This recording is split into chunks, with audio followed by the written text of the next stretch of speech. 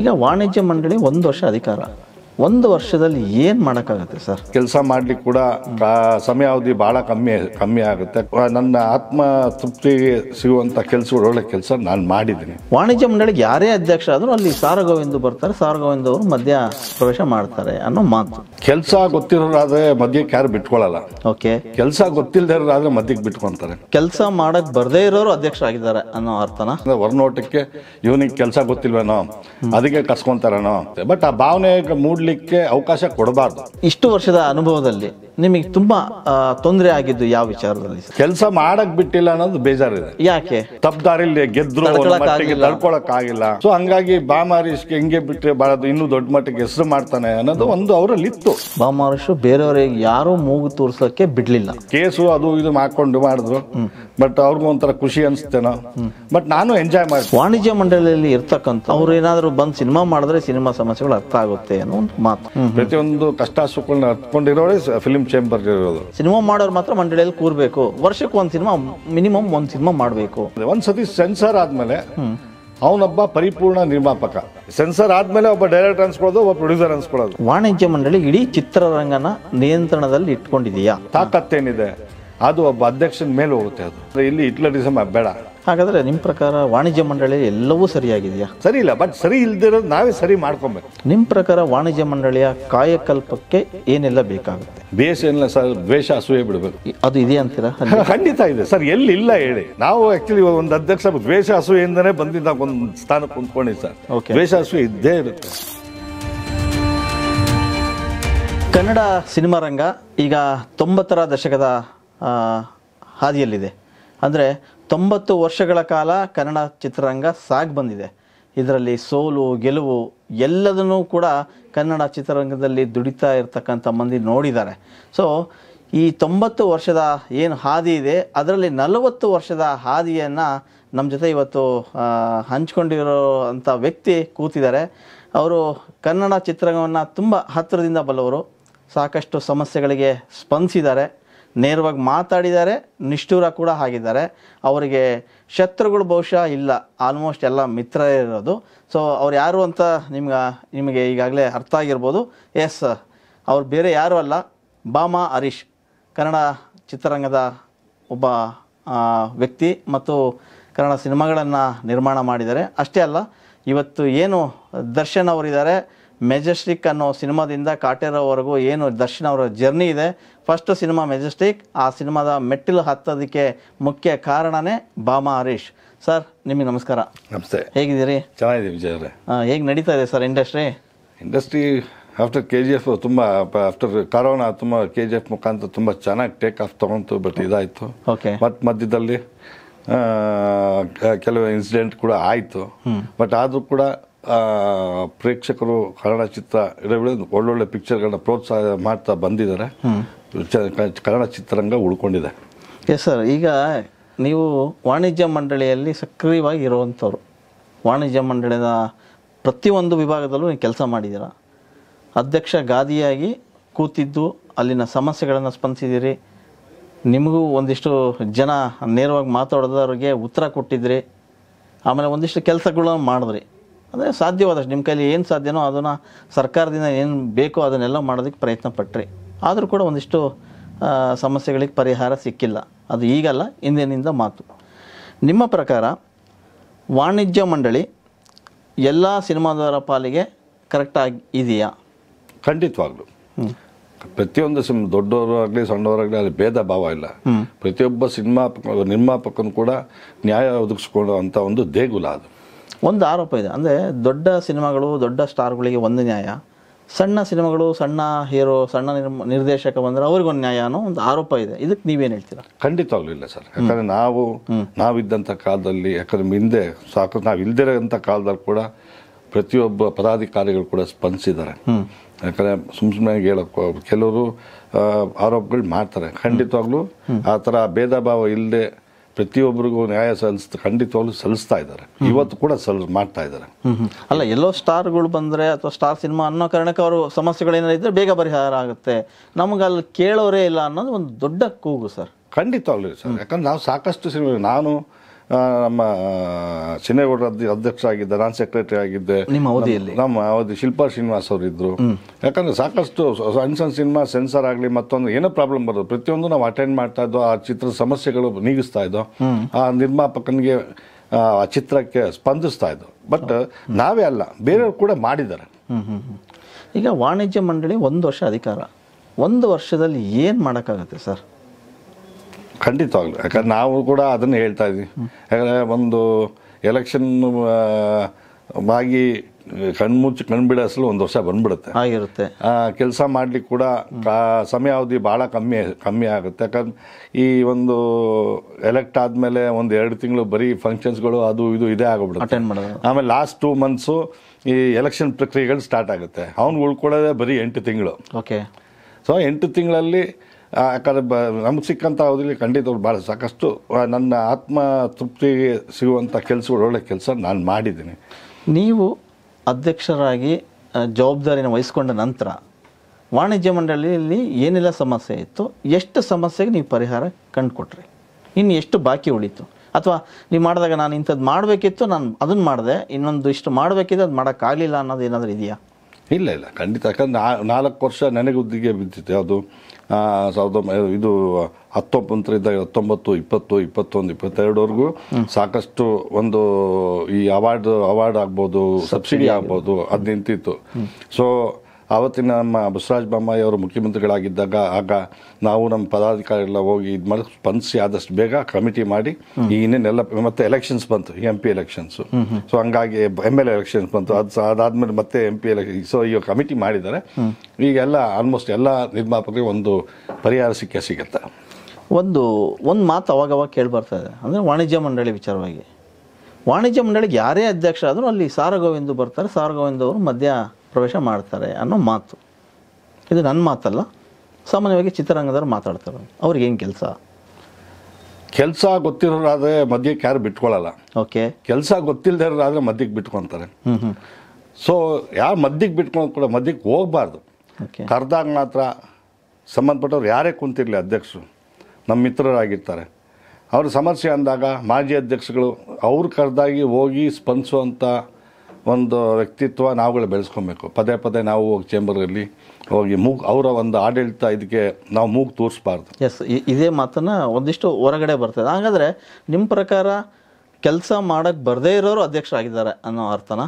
ಆ ಥರ ಅಲ್ಲ. ಬಟ್ ಏನಂದ್ರೆ ಅವರಷ್ಟಕ್ಕೆ ಅವ್ರು ನಂಬಿಕೆ ಇರಲ್ಲ. ಅವ್ರಿಗೆ ನಂಬಿಕೆ ಇಲ್ಲದೆ ಇರ್ಬೇಕಾದ್ರೆ ಅಟ್ಲೀಸ್ಟ್ ಒಂದು ಪ್ಲೀಸಿಂಗಿಗೋಸ್ಕರ ಕರ್ಸ್ಕೊಳ್ಳೋದು ಮಾಡೋದೆಲ್ಲ ಮಾಡ್ತಾರೆ. ಬಟ್ ಅದು ಮಾಡಬಾರ್ದು. ಏನಾಗುತ್ತೆ ಅಂದರೆ ಹೊರನೋಟಕ್ಕೆ ಇವನಿಗೆ ಕೆಲಸ ಗೊತ್ತಿಲ್ವೇನೋ ಅದಕ್ಕೆ ಕರ್ಸ್ಕೊತಾರೇನೋ, ಇಲ್ಲ ಅವ್ರ ಜೊತೆ ಇಟ್ಕೊಂಡೆ ಕೆಲಸ ಮಾಡಿಸ್ತಾರೇನೋ ಅನ್ನೋ ಥರ ಒಂದು ಭಾವನೆ ಮೂಡುತ್ತೆ. ಬಟ್ ಆ ಭಾವನೆ ಮೂಡಲಿಕ್ಕೆ ಅವಕಾಶ ಕೊಡಬಾರ್ದು. ಯಾಕಂದರೆ ಯಾವತ್ತೇ ಆಗಲಿ ಕೆಲಸ ಗೊತ್ತಿಲ್ಲ. ಯಾಕಂದರೆ ಎಲ್ಲ ಇವಾಗ ಏನು ಅಧ್ಯಕ್ಷ ಆಗಿದ್ರೆ ಎಲ್ಲರೂ 2-3 ವರ್ಷದ ಸೆಕ್ರೆಟರಿ, ವೈಸ್ ಪ್ರೆಸಿಡೆಂಟು ಎಲ್ಲ ಆಗಿರೋರು ಇರ್ತಾರೆ. ಅನುಭವ ಇರುತ್ತೆ. ಆ ಅನುಭವನೇ ಇಟ್ಕೊಂಡು ಆರಾಮಾಗಿ ಮಾಡ್ಕೊಂಡು ಹೋಗ್ಬೋದು. ಬಟ್ ಮೂಕ್ ತೂರ್ಸೋ ಅಂತ ಒಂದು ಕೆಲಸ ನಾವು ಹೋಗ್ಬಾರ್ದು, ಅವರು ಬರ್ಸ್ಕೊಬಾರ್ದು. ಕೆಲಸ ಗೊತ್ತಿರುತ್ತೆ. ಕೆಲಸ ಗೊತ್ತಿರೋ ಯಾರಿಗೆ ಬೇಕು ಇನ್ನೊಬ್ರು? ತಪ್ಪು ಮಾಡಿದಾಗ ಅಟ್ಲೀಸ್ಟ್ ಮಾಜಿ ಅಧ್ಯಕ್ಷಗಳಿಗೆ ಹಿಂಗಲ್ಲ ಹಿಂಗೆ ಅಂತೇಳಿ ಒಂದು ಇದ್ದಿರುತ್ತೆ. ಓಕೆ. ಈಗ ಒಂದಿಷ್ಟು ವಲಯಗಳೆಲ್ಲ ಸೇರಿ ವಾಣಿಜ್ಯ ಮಂಡಳಿ ಆಗಿದೆ. ಸೊ ವಾಣಿಜ್ಯ ಮಂಡಳಿಯ ಇದುವರೆಗೂ ಮಾಡಿದಂಥ ತೃಪ್ತಿಕರವಾದಂಥ ಕೆಲಸ ಅನ್ನೋದಾದರೆ ಏನು ಇರ್ಬೋದು ಸರ್? ಕನ್ನಡ ಇಂಡಸ್ಟ್ರಿ ಸಂಬಂಧಪಟ್ಟಿದ್ದು ಅಂದರೆ ಎಲ್ಲ ಚಿತ್ರರಂಗದವ್ರಿಗೂ ಇಂಥದ್ದೊಂದು ಮಾಡಿದ್ರಪ್ಪ ವಾಣಿಜ್ಯ ಮಂಡಳಿಯವರು ಅನ್ನೋದು ಹೇಳ್ಕೊಳಕ್ಕೆ ಒಂದು ಯಾವುದಿದೆ ನಿಮ್ಮ ಪ್ರಕಾರ? ಸರ್, ಇಲ್ಲ. ನಮ್ಮ ಡಾಕ್ಟರ್ ಜಯಮಾಲಾ ಅವರು ಅಧ್ಯಕ್ಷರಾಗಿದ್ದಾಗ ಅಮೃತ ಮಹೋತ್ಸವ ಅಂತ ಭಾಳ ಒಂದು ದೊಡ್ಡ ಕಾರ್ಯಕ್ರಮ ಮಾಡಿದ್ರು. ನಿಜ, ಪ್ಯಾಲೇಸ್ ಗ್ರೌಂಡಲ್ಲಿ ಭಾಳ ಅದ್ಭುತವಾಗಿ ಮಾಡಿದ್ರು. ಇಡೀ ಚಿತ್ರೋದ್ಯಮ ಪ್ರತಿಯೊಬ್ಬರು ಎಲ್ಲರೂ ಒಗ್ಗೂಡಿಸಿ ಒಂದು ದೊಡ್ಡ ಒಂದು ಕಾರ್ಯಕ್ರಮ ಅದು ಮಾಡಿದ್ರು. ಅದು ಯಾಕಂದರೆ ಆವತ್ತಿನ ಅಧ್ಯಕ್ಷರು ನಿಜ ಭಾಳ ಒಳ್ಳೆ ಹೆಸರು ಬಂತು. ಆಮೇಲೆ ಸರ್ಕಾರ ಕೂಡ ಚೆನ್ನಾಗಿ ಬಳಸ್ಕೊಂಡು, ಯಾಕಂದ್ರೆ ಅವ್ರಿಗೂ ಅಷ್ಟೇ ಸಾಕಷ್ಟು ತೊಂದರೆಗಳು ಕೊಟ್ಟರು, ನನಗೆ ಗೊತ್ತಿದೆ. ಜನ ಇದ್ದೇ ಇರುತ್ತೆ, ಅವ್ರ ಕೆಲಸ ಕಾರ್ಯಗಳಿಗೆ ಅಡ್ಡಿಪಡಿಸೋರು ಇರ್ತಾರೆ. ಬಟ್ ಆದ್ರೂ ಕೂಡ ಡಾಕ್ಟರ್ ಜಯಮಾಲಾ ಅವರು ಎದೆಗುಂದೆ ನಿಂತ್ಕೊಂಡು 10 ಜನ ಗಂಡಸಿದ್ದಂಗೆ ನಿಂತ್ಕೊಂಡು ಗೆಲ್ಲಿಸಿ ಆ ಒಂದು ಕಾರ್ಯಕ್ರಮ ಭಾಳ ದೊಡ್ಡ ಮಟ್ಟಕ್ಕೆ ಸಕ್ಸಸ್ ಮಾಡಿದ್ರು. ನಿಜ ಭಾಳ ಖುಷಿ ಆಗುತ್ತೆ. ಅದೆಲ್ಲ ಒಂದು ನಿಜ. ಯಾಕಂದ್ರೆ ಒಂದು 75 ಸುಮಾರು ಎಲ್ಲ ದೊಡ್ಡ ಹಿರಿಯರ ಒಂದು ಯಾರು ಇದ್ರು, ಪ್ರತಿಯೊಬ್ಬರದು ಒಂದು ಬುಕ್ಗಳು ಬರ್ಸಿದ್ರು. ಯಾಕಂದ್ರೆ ಇವತ್ತು ಚೇಂಬರ್ಲಿದೆ. ಅವೆಲ್ಲ ಒಂದು ದೊಡ್ಡ ಸಾಧನೆ ಅದು. ಸಣ್ಣ ಪುಟ್ಟ ಮಾಡಲ್ಲ, ಉಳಿಯುವಂಥ ಕೆಲಸ ಇವತ್ತು ಇದೆ. ಜಯಮಾಲ ಅವರು 2008 ಅಧ್ಯಕ್ಷರಾದವರು. ಇವತ್ತಿಗೂ ಅವರ ಕೆಲಸ ಗುರುತರವಾದಂಥ ಹೆಜ್ಜೆ ಗುರುತಿದೆ ಅದು. ಬಟ್ ಅಂಥದ್ದೆಲ್ಲ ದೊಡ್ಡ ಸಾಧನೆ, ಯಾಕಂದ್ರೆ ನಾವೆಲ್ಲ ಮರಿಲಿಕ್ಕೆ ಸಾಧ್ಯ ಇಲ್ಲ. ನೀವು ಅಧ್ಯಕ್ಷರಾದಾಗ ಒಂದಿಷ್ಟು ಸಮಸ್ಯೆಗಳಿದ್ವು, ಒಂದಿಷ್ಟು ಜನ ಸಮಸ್ಯೆನ ಸೃಷ್ಟಿ ಮಾಡಿದರು, ಒಂದಿಷ್ಟು ಜನ ಬಾಮಾವರೇಶ್ ಮೇಲೆ ಕೇಸ್ ಹಾಕೋಕ್ಕೂ ಹೊರಟರು. ಕೇಸುಗಳು ಆದರೂ ನಿಮಗೆ ಅದು ಕಾಮನ್. ಅದು ಅಂದರೆ ಚಿತ್ರರಂಗದಲ್ಲಿ ಈ ಥರದ ಬಂದಾಗ ಅದನ್ನು ಎದುರಿಸಿದ್ದು ಉಂಟು. ಇಷ್ಟು ವರ್ಷದ ಅನುಭವದಲ್ಲಿ ನಿಮಗೆ ತುಂಬ ತೊಂದರೆ ಆಗಿದ್ದು ಯಾವ ವಿಚಾರದಲ್ಲಿ ಸರ್? ಅಂದರೆ ವಾಣಿಜ್ಯ ಮಂಡಳಿ ಕೆಲಸ ಮಾಡುವಾಗ ಕೆಲಸ ಮಾಡೋಕ್ಕೆ ಬಿಟ್ಟಿಲ್ಲ ಅನ್ನೋದು ಬೇಜಾರಿದೆ. ಯಾಕೆ? ಅಲ್ಲ, ನಾನು ಮತ್ತು ನನ್ನ ತಂಡ ಏನು ಬಹುಮತದಿಂದ ಆರ್ಸ್ ಬಂದಾಗ ನನ್ನ ವಿರೋಧಿ ಬಣಗಳು ಸಾಕಷ್ಟು ವಿರೋಧ ಮಾಡಿದ್ರು. ಯಾವ ವಿಚಾರಕ್ಕೆ ವಿರೋಧ ಮಾಡಿದ್ರು? ಅಂದ್ರೆ ನಾವು ಗೆದ್ದಿದ್ದೇ ಒಂದು ತಪ್ಪು ದಾರಿಲಿ ಗೆದ್ರು, ತಡ್ಕೊಳಕ್ಕಾಗಿಲ್ಲ. ಸೊ ಹಂಗಾಗಿ ಅವ್ರಿಗೆ ನಿದ್ದೆ ಬರಲಿಲ್ಲ. ಸೊ ಹಂಗಾಗಿ ಬಾಮಾರೀಶ್ಗೆ ಹಿಂಗೆ ಬಿಟ್ಟರೆ ಭಾಳ ಇನ್ನೂ ದೊಡ್ಡ ಮಟ್ಟಿಗೆ ಹೆಸರು ಮಾಡ್ತಾನೆ ಅನ್ನೋದು ಒಂದು ಅವರಲ್ಲಿ ಇತ್ತು. ಓಕೆ. ಬಟ್ ನಾನು ಅದಕ್ಕೆ ಯಾವುದು ನಾನು ಕೇರು ಮಾಡಲಿಲ್ಲ. ನನ್ನ ಪಾಡು ನಾನು ಕೆಲಸ ಮಾಡ್ಕೊಂಡು ಏನು ಕನ್ನಡ ಚಿತ್ರರಂಗದ ಪರವಾಗಿ ಏನೇನಿತ್ತು ಅದು ಕೆಲಸ ಮಾಡ್ತೀನಿ. ನನಗೆ ಅದಕ್ಕೆ ಅಂತ ಲಾಯರ್ ನೇಮಿಸಿದೆ, ಲಾಯರ್ ನೋಡ್ಕೊಂಡು ಹೋಗ್ತಾ ಇದ್ರು. ಬಟ್ ನಮ್ಗೆ ಏನು ಬೇಜಾರು ಅಂದರೆ ನಮ್ಮ ಸಾಕಷ್ಟು ಸಮಯ ಬರೀ ನಾವು DR office, lawyer office, court ಇದೇ ಅಲ್ಲಿ. ಬಟ್ ಅದೊಂದು ಬೇಜಾರಾಯಿತು. ಯಾಕಂದ್ರೆ ಏನೇ ಕೊಟ್ಕೊಳ್ಬೋದು, ಏನೇ ಮಾಡ್ಬೋದು, ಕರೆಕ್ಟ್. ಆ ಒಂದು ಸಮಯ ಸಿಗಲ್ಲ ಅದು. ಯಾಕಂದ್ರೆ ಅದೆಲ್ಲ ಒಂದು ಭಾಳ ತೊಂದರೆ ಕೊಟ್ಟರು. ಬಟ್ ತೊಂದರೆ ಅಂದರೆ ಭಾಳ ಭಗವಂತನ ಆಶೀರ್ವಾದದಿಂದ ಖಂಡಿತ ನಾನು ತೃಪ್ತಿಕರವಾಗಿ ನಾನು ಕೆಲಸ ಮಾಡಿದ್ದೀನಿ. ನಿಮಗೆ ತೃಪ್ತಿ ಅನಿಸಿದೆ? ಖಂಡಿತವಳು ಇರೋ ಒಂದು ಅಲ್ಪಾವಧಿಯಲ್ಲಿ ಕೂಡ ಒಂದು ತೃಪ್ತಿ ತಂದಿದೆ. ಯಾಕಂದ್ರೆ ಹಳೆಯ ಕಲಾವಿದರನ್ನೆಲ್ಲ ಕರೆಸಿ ಒಂದು ಯಾಕಂದ್ರೆ ನಮ್ಮಲ್ಲಿ ಟೀಚರ್ಸು ಇದ್ದಾರೆ. ಓಕೆ. ಕನ್ನಡ ಚಿತ್ರಗಳಲ್ಲಿ ಬಹಳ ದೊಡ್ಡ ಮಟ್ಟಿಗೆ ಹೆಸರು ಮಾಡಿರೋ ಡಾಕ್ಟರ್ ಚಂದ್ರಶೇಖರ್ ಕಂಬಾರರು, ಬರಗೂರು ರಾಮಚಂದ್ರಪ್ಪ ಅವರು, ನಗತಿಹಳ್ಳಿ ಚಂದ್ರಶೇಖರ್, ಲೋಹಿತ್ ಅಶ್ವ, RT ರಮ, ಇಂಥ ಒಂದು ಸಾಕಷ್ಟು ದೊಡ್ಡ ಒಂದು ಎಲ್ಲ ಪ್ರತಿಯೊಬ್ಬರು ಕರೆಸಿ ಒಂದು ಟೀಚರ್ಸ್ ಡೇ ಕೂಡ ಮಾಡ್ದು. ಓಕೆ. ಅದು ಬಹುಶಃ ಯಾರು ಮಾಡಿಲ್ಲ. ಸಿನಿಮಾ ರಂಗದಲ್ಲಿ ಟೀಚರ್ಗಳನ್ನ ಕರೆಸಿ ಮಾಡುವಂಥದ್ದು ಮಾಡಿದ್ದು ಅದೊಂದು ಮಾಡಿದೆ. ಯಾಕಂದ್ರೆ ನಮ್ಮಲ್ಲಿ ಕೂಡ ಟೀಚರ್ಸು ಇದ್ದಾರೆ. ಆಗ ಇನ್ನೊಂದು ಅಷ್ಟು ಜನ ಲೆಕ್ಚರ್ಸ್ ಆಗಲಿ ಪ್ರತಿಯೊಬ್ಬರಿಗೂ ಅವರು ಇನ್ಸ್ಪೈರ್ ಆಗಿ ಕನ್ನಡ ಚಿತ್ರರಂಗಕ್ಕೆ ಬರಲಿ, ಒಳ್ಳೊಳ್ಳೆ ಒಂದು ಕನ್ನಡ ಚಿತ್ರರಂಗದಿಂದ ಒಳ್ಳೊಳ್ಳೆ ಮೆಸೇಜ್ ಕೊಡುವಂಥ ಚಿತ್ರಗಳು ಮಾಡಲಿ ಅಂತ ಆ ಒಂದು ಕಾರ್ಯಕ್ರಮ ಕೂಡ ಮಾಡ್ದು. ಆಮೇಲೆ ಪ್ರತಿಯೊಂದು ಹೆಣ್ಣು ಮಕ್ಕಳು ಕರೆದು ಬಾಗಿನ ಕೊಡುವಂಥ ಒಂದು ಒಳ್ಳೆ ಕಾರ್ಯಕ್ರಮ ಮಾಡ್ದು ಚೇಂಬರಲ್ಲಿ ಪ್ರತಿಯೊಂದು. ಯಾಕಂದರೆ ಕನ್ನಡ ಚಿತ್ರರಂಗದಲ್ಲಿ ಇವತ್ತಿನ ಪರಿಸ್ಥಿತಿ ಎಲ್ಲ ದೂರ ಉಳ್ಕೊಂಡಿದ್ದಾರೆ. ಸೊ ಬಾಮಾವರೇಶ್ ಅವಧಿಯಲ್ಲಿ ಬಾಮಾವರೇಶ್ ಬೇರೆಯವರಿಗೆ ಯಾರೂ ಮೂಗು ತೋರಿಸೋಕ್ಕೆ ಬಿಡಲಿಲ್ಲ. ಖಂಡಿತವಾಗ್ಲು ಸರ್, ಖಂಡಿತವಾಗ್ಲು. ಇದೊಂದೇ ಕೇಸು ಅದು ಇದು ಹಾಕೊಂಡು ಮಾಡಿದ್ರು. ಬಟ್ ಅವ್ರಿಗೂ ಒಂಥರ ಖುಷಿ ಅನಿಸ್ತೇನೋ. ಬಟ್ ನಾನು ಎಂಜಾಯ್ ಮಾಡಿದೆ. ಅವ್ರು ಕೇಸ್ ಹಾಕಿದ್ರು ಕೂಡ. ಯಾಕಂದ್ರೆ ನನಗೂ ಇದೆಲ್ಲ ಹೊಸದಲ್ಲ. ಯಾಕಂದ್ರೆ ನಾನು ಕಾಲೇಜ್ ಡೇಸಿಂದಾನು ನಾನು ಹೋರಾಟ ಮನೋಭಾವನೆ ಇಟ್ಕೊಂಡೇ ಬಂದಿದ್ದವನು. ನಾನು ಸ್ಟೂಡೆಂಟ್ ಲೀಡರ್ ಆಗಿದ್ದವನು. ಸೊ ಹಂಗಾಗಿ ನನಗೆ ಯಾವುದು ಇದನ್ನು ಹೊಸದಲ್ಲ. ನಾನು ಪ್ರತಿಯೊಂದು ಫೇಸ್ ಮಾಡಿದೆ. ಬಟ್ ನನ್ನ ಸಮಯ ಕಿತ್ಕೊಂಡಲ್ಲ ಅನ್ನೋದು ಒಂದು ಬೇಜಾರಿದೆ ಅಷ್ಟೇ. ಆ ಸಮಯ ಕಿತ್ಕೊಂಡಿದ್ದು ನನಗೆ, ನನ್ನ ಪದಾಧಿಕಾರಿಗೆ ಸಮಯ ಕಿತ್ಕೊಂಡಲ್ಲ ಅನ್ನೋದು ಒಂದು ಬೇಜಾರಿದೆ ಅಷ್ಟೇ. ಓಕೆ. ಇತ್ತೀಚೆಗೆ ಮಂಡಳಿಯಲ್ಲಿ ಒಂದು ಘಟನೆ ನಡೀತು. ಒಂದಿಷ್ಟು ಜನಗಳನ್ನ ಕರ್ಕೊಂಡು ಗೋವಾಗೆ ಹೋಗ್ತಾರೆ ಈಗಿನ ಅಧ್ಯಕ್ಷರು. ಅಲ್ಲಿ ಗಲಾಟೆ ಆಗ್ತದೆ, ದೊಡ್ಡ ಸುದ್ದಿ ಆಗುತ್ತೆ. ಸೊ ಚುನಾವಣೆಯಲ್ಲಿ ಗೆದ್ದರೆ ನಾನು ನಿಮ್ಮನ್ನೆಲ್ಲ ಗೋವಾ ಕರ್ಕೊಂಡು ಹೋಗ್ತೀನಿ ಅನ್ನೋದು ಆಮಿಷ ಅಲ್ವಾ? ಇಲ್ಲ, ಇದು ವಾಣಿಜ್ಯ ಮಂಡಳಿ ಅಧ್ಯಕ್ಷರು ಸುರೇಶ್ ಅವರು ಮಾಡಿದ್ದಲ್ಲ. ಬಟ್ ಸುರೇಶ್ ಅವ್ರ ಸ್ನೇಹಿತರು ಒಂದು ಅವ್ರು ಗೆದ್ದ ಮೇಲೆ ತಾವೆಲ್ಲ ಬರಬೇಕು ಗೋವಾಲಿ, ನಾವೊಂದು ಔತಣಕೂಟ ಮಾಡಿರ್ತೀವಿ ಅಂತೇಳಿ ಸುರೇಶ್ ಅವ್ರ ಸ್ನೇಹಿತರು ಅಲ್ಲಿ ಅರೇಂಜ್ ಮಾಡಿದರು. ಸೊ ಹಂಗಾಗಿ ಪಾಪ ಅವರು ಒಂದು 2-3 ತಿಂಗಳಿಂದ ಆ್ಯಕ್ಚುಲಿ ನನಗೂ ಕಾಲ್ ಮಾಡಿದರು. ಸೊ ಹಂಗಾಗಿ ಅವ್ರು ಯಾವಾಗ ಫಿಕ್ಸ್ ಮಾಡ್ತಾರೆ ಖಂಡಿತ ಬರ್ತೀನಿ ಅಂತ ಕೂಡ ನಾನು ಹೇಳಿದೆ. ಆ್ಯಕ್ಚುಲಿ ನಾವೊಂದು ಔತಣಕೂಟಕ್ಕೆ ನಾನು ಕೂಡ ಗೋವಾಗೆ ಹೋಗಿದ್ದೆ. ಆ ತಂಡದಲ್ಲಿ ಹೋಗಿದ್ದೆ. ಅಲ್ಲೊಂದು ಘಟನೆ ಆಯಿತು. ಘಟನೆ ಬಗ್ಗೆ ಏನು ಹೇಳಕ್ಕೆ ಇಷ್ಟಪಡ್ತೀವಿ? ಖಂಡಿತವಾಗ್ಲೂ ಅದು ತಪ್ಪು ಸರ್. ಏನಂದರೆ ಆರಾಮಾಗಿ ಪ್ರತಿಯೊಬ್ಬರು ಭಾಳ ಖುಷಿಯಾಗಿದ್ದರು. ಒಳ್ಳೆ ಚರ್ಚೆ ನಡೀತಾ ಇತ್ತು, ಇದು ಮಾಡ್ತಾಯಿದ್ರು. ಸತೀಶ್ ಅನ್ನೋ ವ್ಯಕ್ತಿ ಒಬ್ಬ ನಿರ್ಮಾಪಕ, ಅವರು ಆ್ಯಕ್ಚುಲಿ ಡ್ರಿಂಕ್ಸ್ ತೊಗೊಂಡಿದ್ರು. ತೊಗೊಂಡಿದ್ದ ಸಂದರ್ಭದಲ್ಲಿ ಪಾಪ ಕೆಲವ್ರಿಗೆ ಕಂಟ್ರೋಲ್ ಇರುತ್ತೆ, ಕೆಲವ್ರಿಗೆ ಕಂಟ್ರೋಲ್ ಇರಲ್ಲ. ನಾವು ಸಾಕಷ್ಟು ಹೇಳ್ದೆ, ಹಂಗೆಲ್ಲ ಮಾತಾಡಬೇಡಪ್ಪ, ಆಯಿತು ಇನ್ನೂ ಬೆಳಿಬೇಕಾಗಿರೋನು ಹಂಗೆ ನಾವು ಹೇಳಿ ಸುಮ್ಮನೆ ಆಗಿ ಇದು ಮಾಡೋದು. ನಾವು ಎಲ್ಲ ಊಟಕ್ಕೆ ಕುಂತ್ಕೊಂಡಿದ್ದೀವಿ. ಸುಮ್ಮನೆ ದಡ ಬಡ ಸೌಂಡ್ ಆಯಿತು. ನೋಡಿದ್ರೆ ಅಲ್ಲಿ ನಮ್ಮ ಇನ್ನೊಬ್ಬರು ಮಂಜು ಅಂತೇಳಿ ಇದ್ದಾರೆ, ರಥಾವರ ಮಂಜು ಅಂತೇಳಿ, ಇವ್ರಿಗೆ ಗಲಾಟೆ ಆಯಿತು. ಏನಾಯ್ತು ಗೊತ್ತಿಲ್ಲ, ಸಡನ್ನಾಗಿ ಗಲಾಟೆ ಆಯಿತು. ಮಧ್ಯದಲ್ಲಿ ನಮ್ಮ ಗಣೇಶ್ ಅವರು ಬಿಡಿಸ್ಲಿಕ್ಕೆ ಹೋದರು. ಬಿಡಿಸ್ಲಿಕ್ಕೆ ಹೋದಾಗ ಸ್ಟಾಪ್ ಮಾಡ್ದೆ ಅವನು. ಸೊ ಹಂಗಾಗಿ ಆಮೇಲೆ ನಾವೇ ಅಲ್ಲೇ ಹೋಗ್ಬಿಟ್ಟು ಆಮೇಲೆ ಸ್ಟಾಪ್ ಮಾಡಿ ಸರಿ ಅವ್ರಿಗೆ ನಮ್ಮ ಗಣೇಶ್ವರ್ಗೆ ಹಾಸ್ಪಿಟ್ಲಿಗೆ ನಾನೇ ನಾನು TP ಸಿದ್ದರಾಜ್ ಅವರು ಜೊತೆ ಮಾಡಿ ಕರ್ಕೊಂಡೋಗಿ ನಮ್ಮ ರೇಣು ಅವರು ಕರ್ಕೊಂಡೋಗಿ ಹಾಸ್ಪಿಟ್ಲ್ ಅವ್ರಿಗೆ ಇದು ಮಾಡಿ ನೆಕ್ಸ್ಟ್ ಡೇ ಮಾರ್ನಿಂಗು ಅವರು ಬೆಂಗಳೂರು ಮಣಿಪಾಲಿಗೆ ಕಳಿಸ್ಕೊಟ್ಟ ನಾವು. ಸೊ ಅಷ್ಟೇ ಆಗಿದ್ದು, ಅಷ್ಟು ಬಿಟ್ಟರೆ ಬೇರೆ ಏನೂ ಇಲ್ಲ ಸರ್. ಏನು ಬರೀ ಸಣ್ಣ ಇದು, ಬೇರೆ ಭಾಳ ದೊಡ್ಡ ಮಟ್ಟದ ಏನು ಯಾವುದೇ ರೀತಿಯ ಸಮಸ್ಯೆ ಚರ್ಚೆ ಮಾಡಕ್ ಹೋಗಿಲ್ಲ ಅಲ್ಲಿ. ಸಮಸ್ಯೆ ಇಲ್ಲ, ಔತಣಕೂಟ ಸರ್. ಚಿತ್ರರಂಗ ಸಮಸ್ಯೆ ಇಲ್ಲ. ಒಂದು ಸುರೇಶ್ ಅವ್ರ ಸ್ನೇಹಿತರು ಒಂದು ಔತಣಕೂಟ ಇಟ್ಟಿದ್ರು. ಆ ಕಾರಣಕ್ಕೆ ನೀವು ಅಲ್ಲಿ. ಹೌದು. ಓಕೆ, ಒಂದು ಆರೋಪ ಕೇಳಿ ಬರ್ತಾ ಇರುತ್ತೆ, ವಾಣಿಜ್ಯ ಮಂಡಳಿಯಲ್ಲಿ ಇರ್ತಕ್ಕಂಥವ್ರು ಯಾರೊಬ್ಬರು ಸಿನಿಮಾ ಮಾಡಲ್ಲ, ಯಾವಾಗೋ OB ರಾಯನ್ ಕಾಲದಲ್ಲಿ ಸಿನಿಮಾ ಮಾಡಿದವ್ರು ಕೂತಿದ್ದಾರೆ, ಅವರಿಗೆ ಈಗಿನ ಸಿನಿಮಾ ಪರಿಸ್ಥಿತಿ ಬಗ್ಗೆ ಅರ್ಥ ಆಗ್ತಾ ಇಲ್ಲ, ಸಮಸ್ಯೆಗಳ ಬಗ್ಗೆ ಅರ್ಥ ಆಗ್ತಾ ಇಲ್ಲ, ಅವರು ಏನಾದರೂ ಬಂದು ಸಿನಿಮಾ ಮಾಡಿದ್ರೆ ಸಿನಿಮಾ ಸಮಸ್ಯೆಗಳು ಅರ್ಥ ಆಗುತ್ತೆ ಅನ್ನೋ ಒಂದು ಮಾತು. ಯಾರೋ ಒಂದು ಕೆಲವೊಬ್ರು ದೃಷ್ಟಿ ಇಟ್ಕೊಂಡು ಮಾತಾಡೋದು.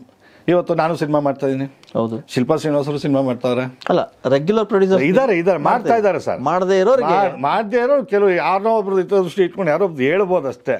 ಬಟ್ ಆಲ್ಮೋಸ್ಟ್ ಎಲ್ಲ ಇವತ್ತು ಅನುಭವ ಇರ್ತಕ್ಕಂಥ ವ್ಯಕ್ತಿಗಳೇ ಕನ್ನಡ ಇದು ಫಿಲ್ಮ್ ಚೇಂಬರ್ ಅಲ್ಲಿ ಇರೋದು. ಪ್ರತಿಯೊಂದು ಕಷ್ಟ ಸುಖಗಳನ್ನ ಅರ್ಥಕೊಂಡಿರೋರೇ ಫಿಲ್ಮ್ ಚೇಂಬರ್ ಇರೋದು. ಬಟ್ ಯಾರೋ ಒಬ್ರು ದೃಷ್ಟಿ ಇಟ್ಕೊಂಡು ಕೆಲವು ಆರೋಪ ಮಾಡ್ಬೋದು. ಬಟ್ ಆಲ್ಮೋಸ್ಟ್ ಎಲ್ಲ ಸಿನಿಮಾ ಮಾಡೋರೇ ಇದ್ದಾರೆ. ಅಲ್ಲಿ ಏನಾದ್ರು ಎಕ್ಸಿಬಿಟ್ ಮಾಡಲ್ಲ, ಡಿಸ್ಟ್ರಿಬ್ಯೂಟರ್ಗಳು ಮಾಡಲ್ಲ. ಅಲ್ಲಿ ಪ್ರೊಡ್ಯೂಸರ್ ಯಾರು ಇರ್ತಾರೆ, ಪ್ರೆಸಿಡೆಂಟ್ ಒಬ್ಬರು ಇರ್ತಾರೆ, ಅದು 3 ವರ್ಷಕ್ಕೆ ಒಂದ್ಸತಿ. ಡಿಸ್ಟ್ರಿಬ್ಯೂಟರ್ ಸೆಕ್ಟರ್ ಇನ್ನೊಂದ್ಸತಿ ಎಲೆಕ್ಷನ್ ಆಗುತ್ತೆ, ಎಕ್ಸಿಬಿಟರ್ ಸೆಕ್ಟರ್ ಇನ್ನೊಂದ್ಸತಿ ಎಲೆಕ್ಷನ್. ಅವ್ರಿಗೆ ಎಕ್ಸಿಬಿಟರ್ ಡಿಸ್ಟ್ರಿಬ್ಯೂಟರ್ ಸಿನಿಮಾನೇ ಮಾಡಲ್ವಾ? ಪ್ರೊಡ್ಯೂಸರ್ ಒಬ್ಬನೇ, ವೈಸ್ ಪ್ರೆಸಿಡೆಂಟ್ ಒಬ್ಬ, ಸೆಕ್ರೆಟರಿ ಒಬ್ಬರು, ಖಜಾಂಚಿ ಡಿಸ್ಟ್ರಿಬ್ಯೂಟರ್ ಆಗ್ಬೋದು ಅಥವಾ ಪ್ರೊಡ್ಯೂಸರ್ ಆಗ್ಬೋದು, ಯಾರೇ ಆಗ್ಬೋದು. ಇನ್ನು 3 ಜನದಲ್ಲಿ 100% ಆಲ್ಮೋಸ್ಟ್ ಎಲ್ಲ ಸಿನಿಮಾ ಮಾಡೋರು ಇದ್ದಾರೆ. ಯಾರೋ ಒಬ್ರು ದೃಷ್ಟಿ ಇಟ್ಕೊಂಡು ಹೇಳೋದು ತಪ್ಪಲ್ಲ. ಹೇಳಿದ್ದು ಈ ವಿಚಾರಕ್ಕೆ ಬರೋದಾದ್ರೆ ಒಂದು ಬೈಲ ಯಾಕೆ ತಿದ್ದುಪಡಿ ಮಾಡಬಾರ್ದು ನೀವು? ಅಂದ್ರೆ ಸಿನಿಮಾ ಮಾಡೋರು ಮಾತ್ರ ಮಂಡಳಿಯಲ್ಲಿ ಕೂರ್ಬೇಕು, ವರ್ಷಕ್ಕೆ ಒಂದು ಸಿನಿಮಾ ಮಿನಿಮಮ್ ಒಂದು ಸಿನಿಮಾ ಮಾಡಬೇಕು. ಬೈಲ ತಿದ್ದುಪಡಿ ಮಾಡ್ಬೋದಾ? ಮಾಡಿ ಆಕ್ಚುಲಿ ಸಾರಾಗುವಂತವ್ರ ಕಾಲದಲ್ಲಿ ಮಾಡಿದ್ರು. ಏನಂದ್ರೆ ಒಂದು ಸಿನಿಮಾ ಆಗಿರ್ಬೇಕು, ಸೆನ್ಸರ್ ಆಗ್ಬೇಕು, ರಿಲೀಸ್ ಆಗ್ಬೇಕು, ಆಮೇಲೆ ವೋಟಿಂಗ್ ಪವರ್ ಇರುತ್ತೆ ಎಲ್ಲ. ಬಟ್ ನಾನು ಅವತ್ತು ಕೂಡ ಇದ್ ಮಾಡಿದೆ. ಒಂದ್ಸತಿ ಸೆನ್ಸರ್ ಆದ್ಮೇಲೆ ಅವನೊಬ್ಬ ಪರಿಪೂರ್ಣ ನಿರ್ಮಾಪಕ ಸರ್. ಒಂದ್ಸತಿ ತಾಳಿ ಕಟ್ಟಿದ್ಮೇಲೆ ಗಂಡ, ಒಂದ್ ಸಿನಿಮಾ ಸೆನ್ಸರ್ ಆದ್ಮೇಲೆ ಅಲ್ವಾ, ಹೌದು, ಒಬ್ಬ ಪ್ರೊಡ್ಯೂಸರ್ ಸೆನ್ಸರ್ ಆದ್ಮೇಲೆ ಒಬ್ಬ ಡೈರೆಕ್ಟರ್ ಅನ್ಸ್ಕೊಳ್ಳೋದು, ಒಬ್ಬ ಪ್ರೊಡ್ಯೂಸರ್ ಅನ್ಸ್ಕೊಳ್ಳೋದು. ಬಟ್ ಅದ್ ಮಾಡ್ಬೇಕು. ಬಟ್ ಅವೆಲ್ಲ ಬಟ್ ಏನಂದ್ರೆ ಕೆಲವು ಟೈಮಲ್ಲಿ ಅವಾಗೂ ಎಲ್ಲ ಹೊಸಬ್ರು ಬಂದ್ಬಿಡ್ತಾರೆ ಅನ್ನೋ ಮಟ್ಟಿಗೆ ಮಾಡಿದ್ರು. ಮಾಡಿದ್ರು. ಬಟ್ ನಂದು ಒಂದು ಆರೋಪ ಏನಿತ್ತು ಅಂದ್ರೆ 1 ವರ್ಷ ಬೇಡ 2 ವರ್ಷ ಮಾಡಿ, ಯಾರೇ ಆಗ್ಲಿ ಒಂದು ಕೆಲಸ ಮಾಡ್ಲಿಕ್ಕೆ ಒಂದು ಟೈಮ್ ಸಿಗುತ್ತೆ. ಒಂದು ವರ್ಷದಲ್ಲಿ ಅದೊಂದಕ್ಕೆ ನಾವು ವಿರೋಧ ಇದೆ. 3 ತಿಂಗಳು ಸನ್ಮಾನ ಸಮಾರಂಭ ತುರೈ ಅದಕ್ಕೆ ಟೈಮ್ ಹೋಗ್ಬಿಡುತ್ತೆ. 7-8 ತಿಂಗಳಲ್ಲಿ ಏನ್ ಮಾಡಕ್ ಏನು ಮಾಡ್ಲಿಕ್ಕೆ ಆಗಲ್ಲ. ಮಿನಿಮಮ್ 2 ವರ್ಷ ಮಾಡಿ 2 ವರ್ಷ ಮಾಡಿ ಅದೊಂದು. ಬಟ್ ಇವಾಗ ತಿದ್ದುಪಡಿ ಮಾಡ್ತಾ ಇದ್ದಾರೆ. ತಿದ್ದುಪಡಿ ಕಮಿಟಿಲಿ ನಮ್ಮ KV ಚಂದ್ರಶೇಖರ್ ಅಧ್ಯಕ್ಷತೆಯಲ್ಲಿ ಬೈಲಾ ತಿದ್ದುಪಡಿ ನಡೀತಾ ಇದೆ, ಇನ್ನೂ ಪರಿಪೂರ್ಣ ಆಗಿಲ್ಲ. ಆಮೇಲೆ ಮೇನ್ ಇರ್ತಕ್ಕಂಥ ಚೇಂಬರಲ್ಲಿ ಲಕ್ಷಾಂತರ ಕೊಟ್ಟು ನಾವು ಸದಸ್ಯತ್ವ ಪಡ್ಕೋತೀವಿ. ಸೊ ನಮ್ಮ ಭರವಸೆಗಳೇನೋ ಒಂದಿಷ್ಟು ಇರ್ತದೆ, ಹಂಗೆ ಮಾಡಿ ಹಿಂಗೆ ಮಾಡಿ ನಿಮ್ಗೆ ಏನೇ ಬಂದರೂ ನಮಗೆ ಕೇಳಿ ನಾವು ಹೇಳ್ತೀವಿ ಅಂತಾರೆ. ಎಲ್ಲೋ ಒಂದು ಕಡೆಗೆ ಒಬ್ಬ ನಿರ್ದೇಶಕಂದು ಅಥವಾ ಒಬ್ಬ ಹೀರೋಯಿಂದ ಸಮಸ್ಯೆ ಆದಾಗ ಹಿಂಗೆ ಸಮಸ್ಯೆ ಆಯ್ತು ಅಂತ ಬಂದಾಗ ಯಾರು ನಮ್ಮ ಭರವಸೆ ಆಗಲಿ ನಮ್ಮ ಸಮಸ್ಯೆ ಆಗಲಿ ಕೇಳಲ್ಲ. ಇದೊಂದು ಆರೋಪ ಇದೆ ಸರ್ ಬಹುತೇಕ ಹೊಸಬ್ರದ್ದು. ಇಲ್ಲ ಖಂಡಿತ ಸರ್. ಹೊಸಬ್ರು ನಾನು ಅವಾಗಲೇ ಹೇಳ್ತೇನೆ ನಿಮಗೆ, ಹೊಸಬ್ರಾಗಲಿ ಹಳಬ್ರಾಗಲಿ ಖಂಡಿತವಾಗ್ಲೂ ಸ್ಪಂದಿಸುವಂಥ ಕೆಲಸ ನಾನೇ ಆಗಲಿ ಬೇರೆಯವರಾಗಲಿ ಮಾಡೇ ಮಾಡ್ತಾ ಇದ್ದಾರೆ. ಇಲ್ಲ ಅಂತ ಹೇಳಿ ಕರೆಕ್ಟಾಗಿ ಕಂಪ್ಲೇಂಟ್ ಮಾಡಿ. ಕೆಲವ್ರು ಏನಾಗುತ್ತೆ ಅಂದರೆ ಅವ್ರು ತಪ್ಪಿಟ್ಕೊಂಡೇ ಬಂದು ಕಂಪ್ಲೇಂಟ್ ಮಾಡ್ತಾ ಇರ್ತಾರೆ. ಕೆಲವರು ಅವ್ರು ತಪ್ಪಿಟ್ಕೊಂಡೇ ಬಂದು ಕಂಪ್ಲೇಂಟ್ ಮಾಡ್ತಾ ಇರ್ತಾರೆ. ಅಂದರೆ ವೈಯಕ್ತಿಕ ಜಗಳ ಅಂತಿರೋದು ಅದು ಇರುತ್ತೆ ಸರ್. ಅದು ಪರ್ಸನಲಿ ಇದ್ದೇ ಇರುತ್ತೆ ಸರ್. ಈಗ ನೋಡಿ, ದರ್ಶನ್ ಕೊಲೆ ಪ್ರಕರಣದಲ್ಲಿ ಸಿಗಾಕೊಂಡಿದ್ದಾರೆ. ವಾಣಿಜ್ಯ ಮಂಡಳಿ ಚಿತ್ರರಂಗಕ್ಕೂ ಏನು ಸಂಬಂಧ? ಬಟ್ ಏನಂದ್ರೆ ಒಂದು ಕನ್ನಡ ಚಿತ್ರರಂಗ ಒಂದು ಬ್ಲ್ಯಾಕ್ ಡಾಟ್ ಇರ್ಬೋದು, ಅದು ಪರ್ಸನಲ್ ಮಾಡ್ಕೊಂಡ ಅವನು ದರ್ಶನ್. ಹೌದು. ಬಟ್ ಚಿತ್ರರಂಗಕ್ಕೆ ದೂಷ ತಪ್ಪು ಸರ್, ವಾಣಿಜ್ಯ ಮಂಡಳಿ ದೂಷ ತಪ್ಪು. ನಿಮ್ಮ ಪ್ರಕಾರ ವಾಣಿಜ್ಯ ಮಂಡಳಿ ಇಡೀ ಚಿತ್ರರಂಗನ ನಿಯಂತ್ರಣದಲ್ಲಿ ಇಟ್ಕೊಂಡಿದೆಯಾ ಸರ್? ಅದು ಒಂದು ಏನಂದರೆ ಒಬ್ಬ ಅಧ್ಯಕ್ಷನ ಒಂದು ಏನಂತೀರ ಒಂದು ಕೆಲಸ, ಒಂದು ಹಿಡಿತ ಏನಿದೆ, ತಾಕತ್ತೇನಿದೆ, ಅದು ಒಬ್ಬ ಅಧ್ಯಕ್ಷನ ಮೇಲೆ ಹೋಗುತ್ತೆ. ಅದು ಓಕೆ, ಅಲ್ಲ ಅದು ಇದೆಯೇ ಅನ್ಸುತ್ತಾ? ಖಂಡಿತವಾಗ್ಲೂ ಇದೆ ಸರ್. ನಿಮ್ಮ ಮಾತುಗಳನ್ನು ಕಲಾವಿದರ ಸಂಘದವರಾಗಲಿ ಸ್ಟಾರ್ಗಳಾಗಲಿ ಕೇಳ್ತಾ ಇಲ್ಲ ಸರ್, ಖಂಡಿತವಾಗ್ಲು. ಯಾಕಂದ್ರೆ ಒಂದು ನಾವು ಪ್ರತಿಯೊಂದು ಸಂಘ ಸಂಸ್ಥೆಗಳಲ್ಲಿ, ಆರ್ಟಿಸ್ಟ್ಗಳಲ್ಲಿ, ಪತ್ರಿಕೋದ್ಯಮಗಳಲ್ಲಿ ಮತ್ತು ಕಾರ್ಮಿಕರಲ್ಲಿ ಒಂದು ಉತ್ತಮವಾದ ಬಾಂಧವ್ಯ ಖಂಡಿತವಾಗ್ಲು. ಯಾಕಂದರೆ ಇಲ್ಲಿ ಹಿಟ್ಲರಿಸಮ್ ಬೇಡ, ಹಿಟ್ಲರಿಸಮ್ ನಡೆಯಲ್ಲ. ಓಕೆ, ಒಂದು ಪ್ರೀತಿ ವಿಶ್ವಾಸ ಒಂದು ಕಲೆಕ್ಟಿವ್ ಆಗಿ ತೊಗೊಂಡೋದ್ರೆ ಖಂಡಿತವಾಗ್ಲು ಪ್ರತಿಯೊಂದು ನಾವು ಕಂಟ್ರೋಲ್ ತರಬಹುದು. ನಾವು ಇಲ್ಲಿ ಹಿಟ್ಲರ್ ಥರ ಆಡಬಾರ್ದು. ಓಕೆ, ಅಂದ್ರೆ ನಿಮ್ಮ ಪ್ರಕಾರ ಹಿಟ್ಲರ್ ತರ ಇದಾರೆ ಅಂತ ಹೇಳ್ತೀರಿ? ಅದು ಬದಲಾವಣೆ ಆಗ್ಬೇಕಂತ ಬದಲಾವಣೆ ಖಂಡಿತ. ಒಂದು ಪ್ರೀತಿ ವಿಶ್ವಾಸ ಮನೋಭಾವದಲ್ಲಿ ಕಲೆಕ್ಟಿವ್ ಆಗಿ ತಗೊಂಡೋದ್ರೆ ಖಂಡಿತವಾಗ್ಲು ಒಂದು ನಮ್ಮ ಕನ್ನಡ ಚಿತ್ರ ಒಂದು ಉತ್ತಂಗಕ್ಕೆ ಇನ್ನೂ ಎತ್ತರ ಮಟ್ಟಿಗೆ ತಗೊಂಡೋಗ್ಬೋದು. ನಿಮ್ಮ ಪ್ರಕಾರ ವಾಣಿಜ್ಯ ಮಂಡಳಿಯ ಕಾಯಕಲ್ಪಕ್ಕೆ ಏನೆಲ್ಲ ಬೇಕಾಗುತ್ತೆ ಸರ್?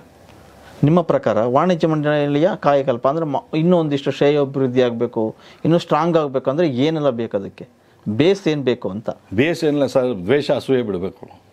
ಅದು ಇದೆ ಅಂತೀರಾ? ಖಂಡಿತ ಇದೆ ಸರ್. ಎಲ್ಲಿಲ್ಲ ಹೇಳಿ, ಎಲ್ಲಿಲ್ಲ? ಓಕೆ, ರಾಜಕಾರಣದಲ್ಲಿ ಇಲ್ವಾ?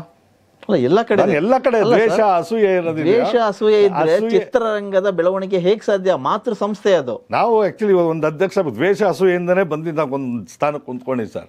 ದ್ವೇಷ ಅಸೂಯೆ ಇದ್ದೇ ಇರುತ್ತೆ. ಬಟ್ ಅದು ಕೆಲವೊಂದು ಒಳ್ಳೆ ಕೆಲಸ ಮಾಡ್ಬೇಕಾದ್ರೆ ಬಿಟ್ಬಿಡ್ಬೇಕು. ಕೆಲವು ತಪ್ಪು ಮಾಡ್ತಾರ, ಆವಾಗ ಅಟ್ಲೀಸ್ಟ್ ನಮ್ಮ ಒಳಗಡೆ ಬಿಟ್ವೀನ್ 4 ವಾಲ್ಸ್ ನೀವು ಮಾಡ್ತಾರ ತಪ್ಪು ಅಂತೇಳಿ ಯಾರೇ ಅಧ್ಯಕ್ಷ ತಿದ್ದಿ ಬುದ್ಧಿ ಹೇಳ್ಬೇಕು. ಅದನ್ನ ಬೀದಿಗೆ ತಂದು ರಂಪರಾಮಾಯಣ ಮಾಡಬಾರ್ದು. ಜನ ನೋಡಿ ನಗತರ ಮಾಡಬಾರ್ದು. ಬಟ್ ಇನ್ ಬಿಟ್ವೀನ್ 4 ವಾಲ್ಸ್ ಕುಂತ್ಕೊಂಡು ಕಲೆಕ್ಟಿವ್ ನೀವು ಮಾಡಿದ ತಪ್ಪು ಹಿಂಗೆಲ್ಲ ಮಾಡೋದು ಬೇಡ ಅಂತೇಳಿ ಹೇಳ್ಬಿಟ್ಟು ಕರೆಕ್ಟಾಗಿ ಒಂದು ಒಳ್ಳೆ ದಾರಿಗೆ ತರೋಂಥ ಪ್ರಯತ್ನ ಮಾಡಬೇಕು. ಬೀದಿಗೆ ತಗೊಂಬರೋ ಕೆಲಸ ಮಾಡಬಾರ್ದು. ಹಾಗಾದ್ರೆ ನಿಮ್ಮ ಪ್ರಕಾರ ವಾಣಿಜ್ಯ ಮಂಡಳಿ ಎಲ್ಲವೂ ಸರಿಯಾಗಿದೆಯಾ? ಎಲ್ಲರೂ ಸರಿಯಾಗಿದ್ದಾರೆ ಸರ್? ಇದೆ, ಸರಿ ಇಲ್ಲ, ಸರಿ ಇಲ್ದೇನೋ ಸರಿ ಮಾಡ್ಕೊಬೇಕು. ಅಂದ್ರೆ ಉತ್ತರನೂ ನೀವ್ ಹೇಳ್ತೀರಿ, ಪ್ರಶ್ನೆನೂ ನೀವ್ ಹೇಳ್ತೀರಾ. ಸರಿ ಇದೆ, ಸರಿ ಇಲ್ಲ, ಬಟ್ ಸರಿ ಇಲ್ದಿರೋದು ನಾವೇ ಸರಿ ಮಾಡ್ಕೊಬೇಕು. ಅದೇನಾಗುತ್ತೆ ಅಂದ್ರೆ ಒಂದು ಮನೆ ಯಜಮಾನದ ಮೇಲೆ ಹೋಗುತ್ತೆ ಸರ್. ಎಸ್, ಆಗ್ಲೇ ಹೇಳಿದ್ರೆ ಹಿಡ್ತಾ ಇಲ್ಲ ಅಂದ್ರೆ ಮನೆ ಯಜಮಾನದ ಮೇಲೆ ಹೋಗುತ್ತೆ. ಮನೆ ಯಜಮಾನ ಕರೆಕ್ಟ್ ಆಗಿದ್ರೆ ಏನು ನಡೆಯಲ್ಲ. ಹಾಗಾದ್ರೆ ಮನೆ ಯಜಮಾನನ ಆಯ್ಕೆ ಮಾಡೋದ್ರಲ್ಲಿ ಎಡುತ್ತಾ ಇದಾರ ಜನ? ಇಲ್ಲ, ಬಟ್ ಏನಂದ್ರೆ ಎಲ್ಲ ಪ್ರೀತಿ ಇರೋದು ತಾನೇ ಅವ್ರನ್ನೂ ಎಲೆಕ್ಟ್ ಮಾಡಿರೋದು. ನಾನು ಅದು ಆ ಪ್ರೀತಿ ಜನ ತೋರಿಸಿದಾಗ ಆ ಪ್ರೀತಿನ ನಾವು ಹೆಂಗ್ ಉಳಿಸ್ಕೊಬೇಕು ಅನ್ನೋದು ನಾವು ಇನ್ನು ಪ್ರಬುದ್ಧರಾಗಬೇಕು, ಇನ್ನು ಮತ್ತೆ ಎಚ್ಚೆತ್ಕೊಳ್ಬೇಕು. ಪ್ರತಿಯೊಬ್ರು ಜನ ನಮ್ಮನ್ನು ಗಮನಿಸ್ತಾ ಇರ್ತಾರೆ. ಆ ಒಂದು ಭಯ ಭಕ್ತಿಯಿಂದ ಒಬ್ಬ ಅಧ್ಯಕ್ಷ ಹೋದ್ರೆ ಖಂಡಿತವಾಗ್ಲೂ ಒಂದು ದೊಡ್ಡ ಮಟ್ಟ ಇಡ್ತಾ ತರ್ಬೋದು. ಈಗ ವಾಣಿಜ್ಯ ಮಂಡಳಿಯ ಒಂದಿಷ್ಟು ಬೇಡಿಕೆಗಳು ಇರ್ತವೆ. ಆ ಬೇಡಿಕೆಗಳಿಗೆ ಸರ್ಕಾರ ಮಣೆ ಹಾಕಿದೆಯಾ? ಸರ್ಕಾರ ಬೇಡಿಕೆಗಳನ್ನ ಈಡೇರಿಸಿದೆಯಾ? ಒಂದು ವೇಳೆ ಈಡೇರಿಸ್ತಾ ಇದ್ದರೆ ಅಥವಾ ಈಡೇರಿಸಿದ್ರೂ ಕೂಡ ಒಂದು ದಶಕದಿಂದ ಒಂದಿಷ್ಟು ಬೇಡಿಕೆಗಳಿವೆ, ಅದು ಯಾಕೆ ಈಡೇರಿಲ್ಲ ಸರ್? ಇಲ್ಲ, ಕೆಲವೊಂದು ನೋಡಿ, ನಮ್ಮ ಸರ್ಕಾರ ಯಾವುದೇ ಬರ್ಬೋದು, ಕಾಂಗ್ರೆಸ್ ಇರ್ಬೋದು, ಬಿಜೆಪಿ ಇರ್ಬೋದು, ಯಾವುದೇ ಬರ್ಬೋದು, ಎಲ್ಲ ಸರ್ಕಾರ ಪ್ರತಿಯೊಬ್ರು ಕೂಡ ನಮ್ಮ ಕನ್ನಡ ಚಿತ್ರರಂಗದ ಲಿಂಕು ಇದ್ದೇ ಇರುತ್ತೆ. ಸಪೋರ್ಟ್ ಮಾಡಿದೆ. ಪ್ರತಿಯೊಬ್ಬರಿಗೂ ಉತ್ತಮವಾದ ಬಾಂಧವ್ಯ ಇದ್ದೇ ಇರುತ್ತೆ ಕನ್ನಡ ಚಿತ್ರರಂಗಕ್ಕೂ ಮತ್ತೆ ಸರ್ಕಾರಕ್ಕೂ. ಬಟ್ ಸ್ಪಂದಿಸುವಂತ ಒಳ್ಳೊಳ್ಳೆ ಕೆಲಸಗಳಿಗೆ ಖಂಡಿತವಾಗ್ಲು ತುಂಬಾ ಮಾಡಿದ್ದಾರೆ ಎಲ್ಲ ಸರ್ಕಾರ. ನಮ್ಮ ದೇವೇಗೌಡರು ಸಾಹೇಬ್ ಇರ್ಬೋದು, ನಮ್ಮ ಬಂಗಾರಪ್ಪ ಅವ್ರ ಕಾಲದಿಂದ ನಡೆಯೋದು ಸಾಕಷ್ಟು ಜನ, ವೀರಪ್ಪ ಮೊಯ್ಲಿ ಅವರಾಗ್ಬೋದು, ದೇವೇಗೌಡರು ಆಗ್ಬೋದು, ಜಯೇಶ್ ಪಟೇಲ್ ಆಗ್ಬೋದು, ಆಮೇಲೆ ನಮ್ಮ ಯಡಿಯೂರಪ್ಪನವ್ರು ಆಗ್ಬೋದು, ಸಿದ್ದರಾಮಯ್ಯ ಆಗ್ಬೋದು, ಪ್ರತಿಯೊಬ್ಬರು ಕೂಡ ಸ್ಪಂದಿಸ್ತಾ ಬಂದಿದ್ದಾರೆ ಸರ್. ಕನ್ನಡ ಚಿತ್ರ ಸಮಸ್ಯೆಗಳಿಗೆ ಖಂಡಿತವಲ್ಲ ಪ್ರತಿಯೊಬ್ಬರು ಸಮಸ್ಯೆನ ಬಗೆಹರಿಸ್ಕೊಂಡೇ ಬಂದಿದ್ದಾರೆ.